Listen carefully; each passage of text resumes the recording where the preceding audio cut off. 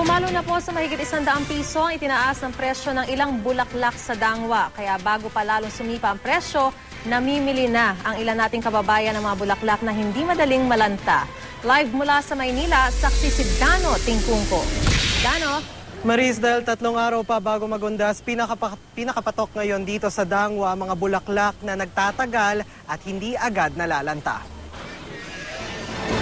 Sa dami ng nagsasadya para mamili sa Dangwa, bumper to bumper na ang trapiko sa bahagi ng Launlaan at Dimasalang. Ang ilang namimili hindi naman daw maagang dadalaw sa mga yumao, kaya naman ang mga binibili nila ay yung mga hindi raw madaling malanta.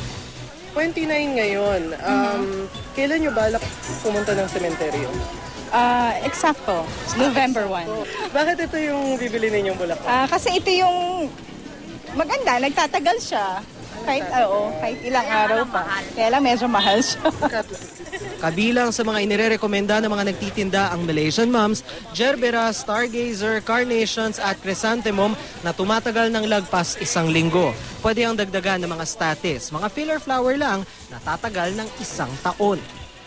Pinakapatok na bulaklak ngayon, mga mums, yung mga variety na mums, mga chrysanthemum, tas carnations, gerbera. Yun mga patok na bulaklak ngayon. Kasi nagtatagal sila. Maabot sila ng 1 week mahigit ang buhay. Oo. So kahit gayon nila bibilhin, naabot pa ng 1 hanggang 2. Pero laki-lakihan na ng konti ang budget sa pamimili dahil nagmahal na ang maraming bulaklak sa Dangwa. 30 hanggang 50 pesos ang itinaas ng presyo ng ilang bulaklak. Hindi naman bababa sa 100 pesos ang isinipa ng presyo ng kada bundle ng Bangkok Orchid, habang 50 pesos naman ang iminahal ng Stargazer at Gerbera. Bakit pag ganitong panahon tumataas yung presyo ng bulaklak? Ganun po kasi yung tumataas din po yung pagkumuha. Yung kumuha sa supplier. Sa supplier. Ano yan? Bakit? Mas konti yung dumarating? O mas marami yung bumibili, mas nauubos yung supplier? Oo, mas marami. Mas nauubos yung ano. Kaya ang iba hindi na nagpapaayos ng binili. Ito yung mga tumatagal. Ako na mag-aayos para may mga bakit yung mag-aayos? May mga nag-aayos naman. Para medyo makamura.